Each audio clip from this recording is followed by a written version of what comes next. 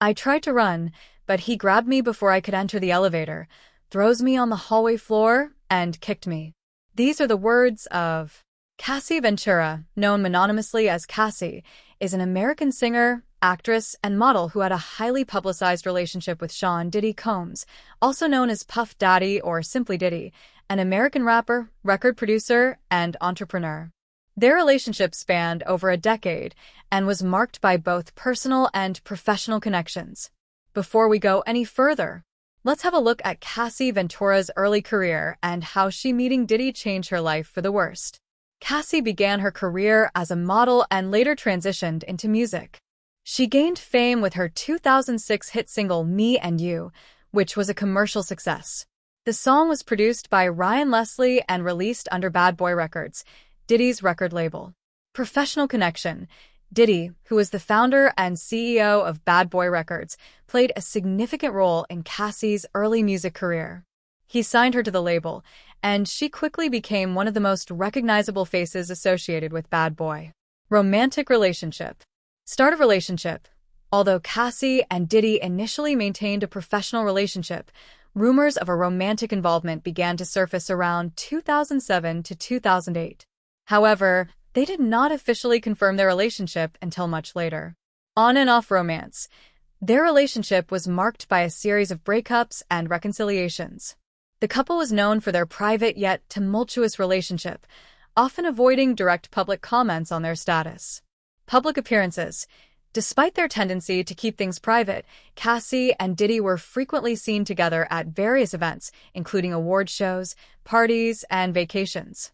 Social media and speculation. Throughout their relationship, fans and media speculated about their status due to social media posts and public sightings. Professional collaboration. Musical projects. As a Bad Boy artist, Cassie continued to release music under Diddy's guidance, though her output slowed over the years. She featured on several tracks alongside Diddy and other Bad Boy artists. Music videos and appearances. Cassie appeared in Diddy's music videos and occasionally performed with him, further cementing their connection both personally and professionally. The end of their relationship. Final breakup. Cassie and Diddy officially ended their relationship in 2018 after more than a decade together. Allegations and controversies. After their breakup, rumors circulated about the reasons for their split, including allegations of infidelity and controlling behavior. Cassie later hinted at emotional growth and independence after the end of their relationship. Cassie's new chapter.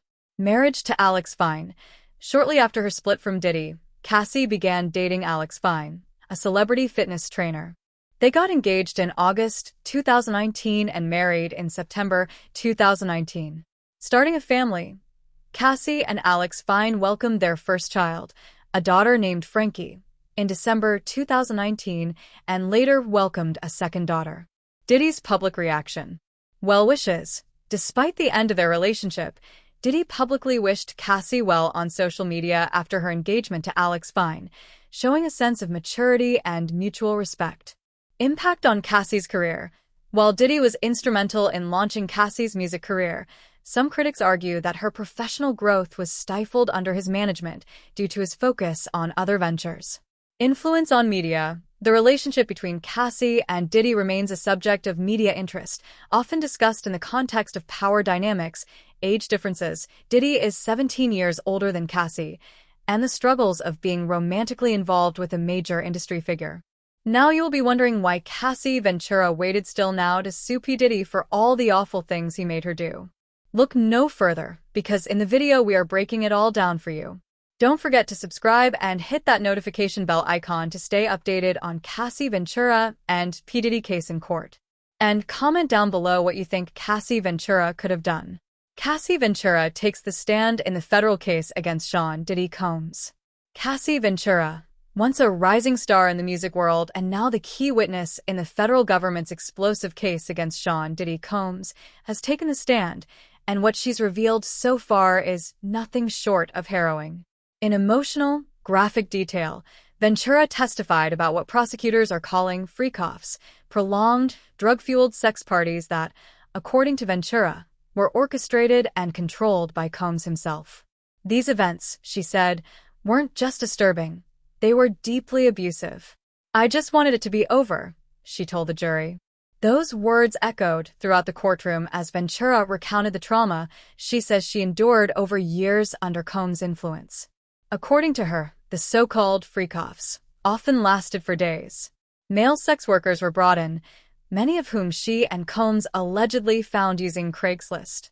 And everything that happened during those sessions, she said, was directed by Combs.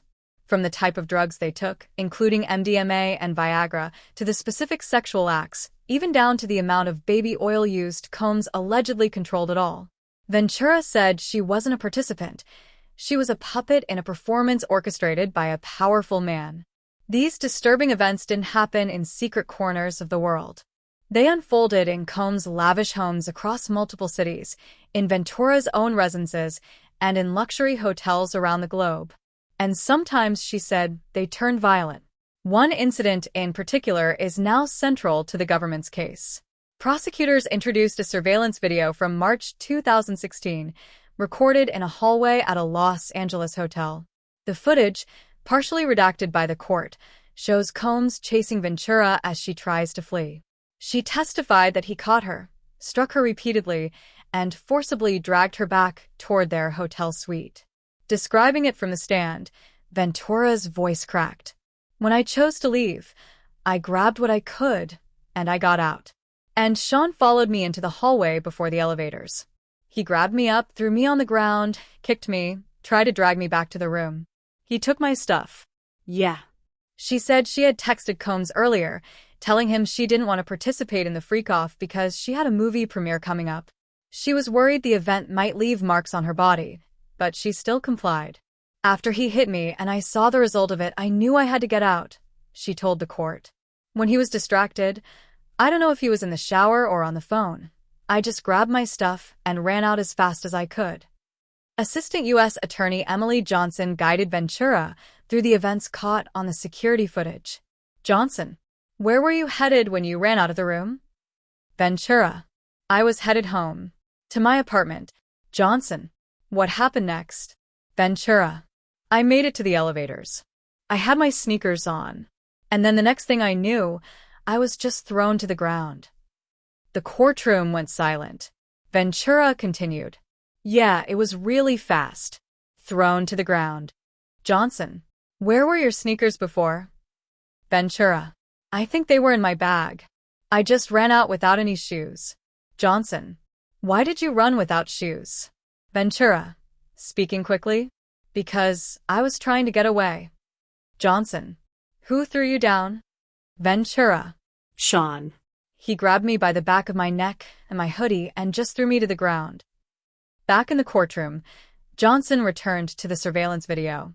Johnson, how many times did Sean Combs throw you to the ground like that? Ventura, too many to count. She went on to describe the sessions within the freak-offs, prolonged episodes of drug use and sexual exploitation. Between sessions, she said, she and Combs took more drugs. Ventura admitted she often took MDMA and ecstasy just to cope with what was happening. Johnson, how often would you get sick from the drugs? Ventura, almost every time. Like, before the high hit, I would feel like vomiting. It was usually a normal thing. Johnson, would you vomit or just feel nauseous? Ventura, I would actually vomit. Johnson, did Sean know about that? Ventura, Yeah. he would see me in the bathroom, or I would tell him. Johnson, what would he say when you got sick? Ventura, he didn't say much. If we were in a freak-off, he would be encouraging me to get up and continue, even in that condition. What comes next? Cassie Ventura's testimony has only just begun, and already, it has sent shockwaves through the courtroom and across the country. With damning video evidence, graphic accounts of abuse, and a disturbing portrait of life under the control of one of the music industry's most powerful men, this trial may redefine the public image of Sean Combs forever. Stay tuned for continuing coverage. The full scope of this case is only just coming into focus. Certainly. Below is a professionally rewritten version of your script, preserving the original storyline, the drama, and the climax, while enhancing the clarity, flow, and emotional engagement. without altering the underlying facts or tone. Those weren't the only substances Ventura said Combs expected her and the escorts to consume. Attorney Johnson pressed. Were there occasions where Sean offered the escorts drugs like Viagra? Cassie nodded. Yeah. And besides the escorts, did Sean ever offer Viagra to you personally? He did, she confirmed. What did he say about why you should take it? He said it worked the same on women, that it increases sensitivity. Did you actually take it? I did. How did it make you feel? Sensitive. Engorged, she answered with a touch of discomfort. Was this something you wanted to take? Cassie shook her head slowly. No. I thought no, I didn't. Johnson dug deeper. When the escorts had trouble performing, getting or staying erect, what, if anything, did you notice affected that? Like I said before, Ventura responded. It was the distraction, just Sean moving around the room. Even hearing his voice could throw them off. She described the freak-offs as highly orchestrated productions, where every move, every moment, was directed by Combs himself. How did you know when it was time to make a move? Johnson asked. I didn't really, Cassie admitted. I would just try and go with the flow. Hope the timing felt right. Who guided you through it? Sean did. Why did you feel the need to ask him before changing what you were doing? Her voice lowered. Because it was all his fantasy. He was in control of everything, the situation, the lights, the staging. He told us where to stand, what to say, how to act. Johnson raised a chilling detail. You said sometimes you'd go straight to oral sex. Why? Cassie's response was harrowing. To speed it up. If I could just get it over with, we could move on to the next part. I just wanted it to be over. Cassie also testified about her role in organizing these freak-offs. Specifically, how she was often the one responsible for contacting male escorts. When you reached out to them, Johnson asked, what would you typically say about what you were hiring them for? It depended on how the conversation went, she replied. But usually I'd say my husband was into voyeurism. That he liked watching me with another man. That was my go-to line. From there, she said, she would gauge the escort's comfort and willingness to participate. But it didn't take long before Cassie started to question the legitimacy of what she was being asked to do. You mentioned Sean told you to ask if they were cops? Yeah, she confirmed. And later, you said you figured out why. What did you realize? Her response was direct. That the whole situation, it wasn't legal. At that moment, a defense attorney quickly objected. The judge sustained it, instructing the jury to disregard her last statement. Ventura further revealed that both she and Combs used aliases to conceal their identities when dealing with potential participants. She used the name Jackie Starr. Combs used Frank Black or Frank White. In the beginning, Johnson asked, was Sean open about who he really was at these freak-offs? No, Cassie said flatly. How did he hide his identity? He started with masks, sometimes a hat, something to cover his face. And what about you? I wasn't open either, she said. What did you do to hide your identity? Same thing. I wore a mask. Wigs, too. Whose idea was the wig? Sean's. Johnson then turned to money, specifically the money paid to the escorts and performers. What were these men paid to do? Cassie answered plainly. To ejaculate. That was the goal. After sex with you? After a long session, yes. Were dancers also paid to participate in freak-offs? Yes. How much did they usually receive? Anywhere between $1,500 and $6,000 or $7,000. But not everyone walked away with a full payment. If an escort ejaculated on you, Johnson asked, who directed where that was supposed to happen? Sean. He usually gave specific instructions. Were there times when they finished without direction? Yes. What happened then? They were paid less. What did Sean say about that? He made it clear he wasn't happy. And they'd leave with less money. Johnson asked her bluntly. When you went into the other room and Sean asked you to put semen on him, did you do it? Ventura replied quietly. I did. Johnson followed up. Where did you apply it? Ventura. Usually on his chest. On his nipples. Johnson. Was this something you wanted to do? Ventura. No. As her voice trembled, Ventura described more disturbing details. Some escorts at the so-called freak-offs, lengthy, drug-fueled sex parties, had difficulty performing sexually. When that happened, Sean Combs allegedly took control. Johnson. What did Sean do when the escorts struggled to perform? Ventura. He'd give them a pep talk. But by the end, they definitely weren't paid the full amount. Johnson. How do you know that? Ventura. He told me. And he told them. It wasn't really a secret. Johnson clarified.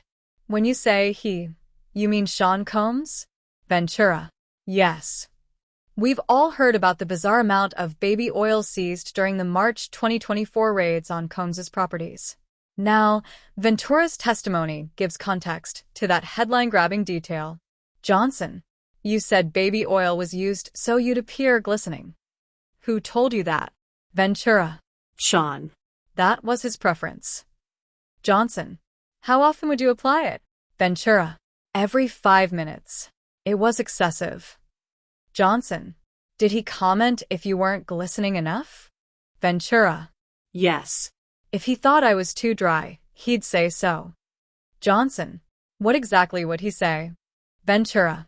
You're too dry. You need to put more oil on. You need to be glistening. You need to be, you need to be shining.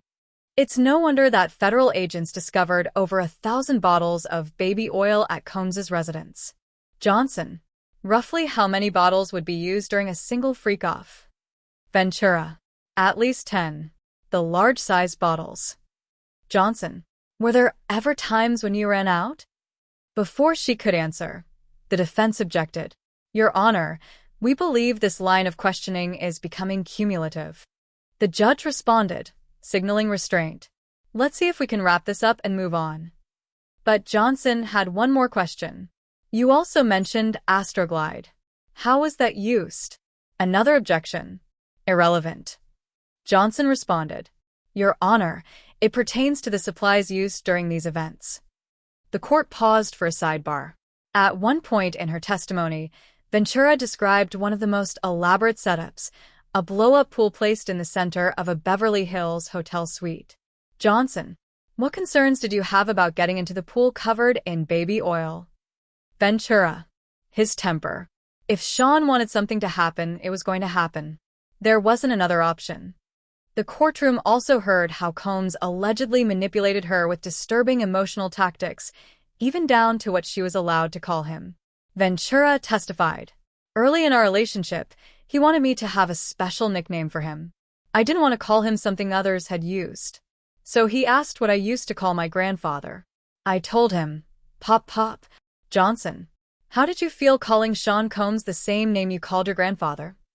Ventura. It felt weird at the time. Now it just feels disrespectful. Then came the visual evidence.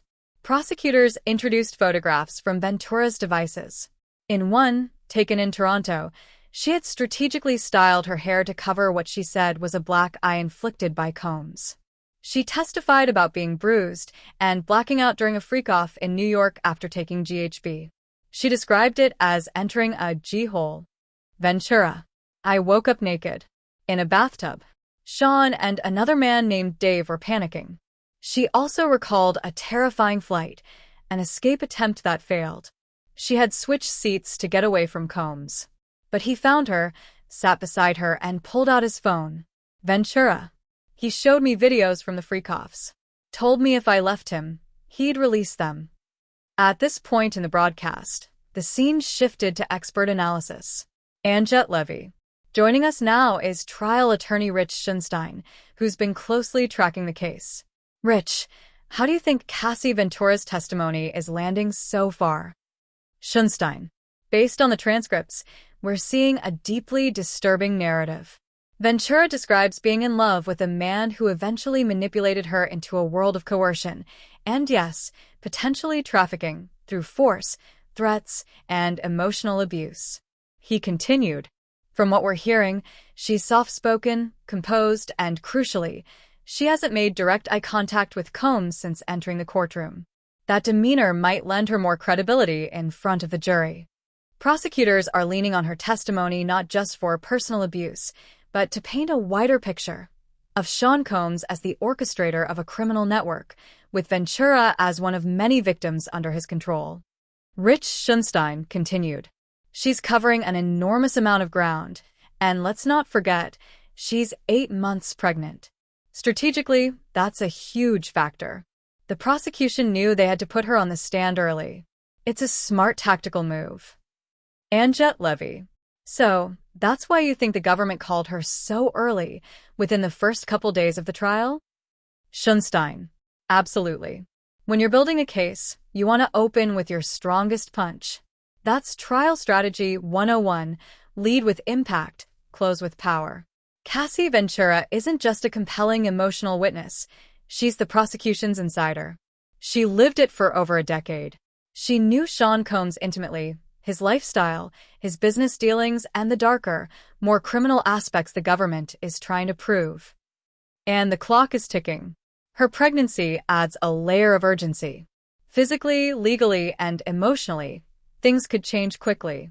So, getting her full testimony locked in early? That's just smart prosecution. Anjet Levy. Let's talk about the emotional weight of what she shared. One quote really stood out. When you really care about somebody and you're in love with them, you don't want to disappoint them. That really struck a chord. Schunstein. It did. According to courtroom reports, she was wiping away tears as she said it. That kind of vulnerability hits a jury hard. It paints a picture of a woman emotionally entangled, manipulated, and trying to survive in a deeply toxic dynamic. And remember, Sean Combs isn't just any partner. He's a massively powerful figure in entertainment. That kind of imbalance turns this from a domestic abuse case into something far more insidious: trafficking, coercion, control. Anjet Levy. We also saw that hotel hallway surveillance video. The one showing him allegedly beating her and dragging her. Prosecutors showed that to the jury. It's not speculation, it's visual evidence. Schunstein. That video is devastating. It delivers a gut punch. No words, no testimony, just raw, undeniable violence. It's the kind of moment that sticks in a jury's mind. But from a legal perspective, it's important to understand. That footage, while shocking, confirms domestic abuse, not necessarily sex trafficking. It doesn't by itself meet the legal standard for racketeering or the federal elements the government needs to prove. Still, it strengthens the emotional arc of their case. Anjet Levy. And that leads us to the fine line here, between what might appear to be voluntary participation and what the law considers criminal coercion. That's the real challenge, isn't it? Schunstein. Exactly. This is where criminal law intersects with trauma psychology. Just because someone doesn't leave doesn't mean they're consenting. Emotional manipulation, dependence, fear, those things create invisible chains. The jury has to decide, was this a toxic, albeit consensual relationship? Or was it coercion, sex trafficking in legal terms? And here's the key. Crossing state lines with someone for the purpose of sex acts, that triggers federal trafficking laws. Add to that the allegations that Combs paid escorts, directed the freak-offs, and micromanaged every detail, including Cassie's role, and you begin to see how the prosecution is building a much larger, darker case. Anjet Levy. She also testified that he'd say things like, "Fix your face," or "Watch your mouth," calling her out for having a slick mouth. On the surface, they might sound like small comments, but they build a pattern, don't they? Schunstein. Absolutely. Those aren't just petty remarks, they're tools of psychological control.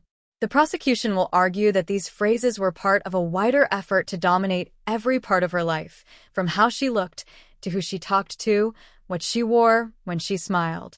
It paints a chilling picture of control, down to the micro level. That's more than emotional abuse. That's systematic, calculated manipulation, and the law recognizes that as coercion. Anjet Levy. And then there's the heartbreak in her own words. She said, "I just felt pretty horrible about myself. I felt disgusting. I felt humiliated." And then the line about his eyes going black. The version of him I was in love with was no longer there. That's powerful. Schunstein. It really is. That kind of testimony reveals the psychological wreckage. It shows a woman emotionally broken down, stripped of her identity, her dignity, her safety. Those quotes help the prosecution prove coercion, which is essential in a trafficking case. Under federal law, it's not just about the sex acts. It's about control, exploitation, manipulation. And Cassie's words offer a devastating glimpse into that world. Anjet Levy. So, where does this case go from here? Schunstein. It's going to be a long, emotionally grueling trial. The defense is likely to attack her credibility, point to consent, try to reframe this as a complicated relationship gone bad, not a criminal enterprise. But here's the thing. If the prosecution has more witnesses like Cassie, or more compelling evidence, especially proof of organization, intent, and control, this becomes an extremely difficult case for Sean Combs to walk away from unscathed. Anjet Levy. Thank you, Rich. We'll be watching very closely as this unfolds. There's a lot more to come. And thank you to everyone watching. Stay safe, stay informed, and I'll see you right back here next time.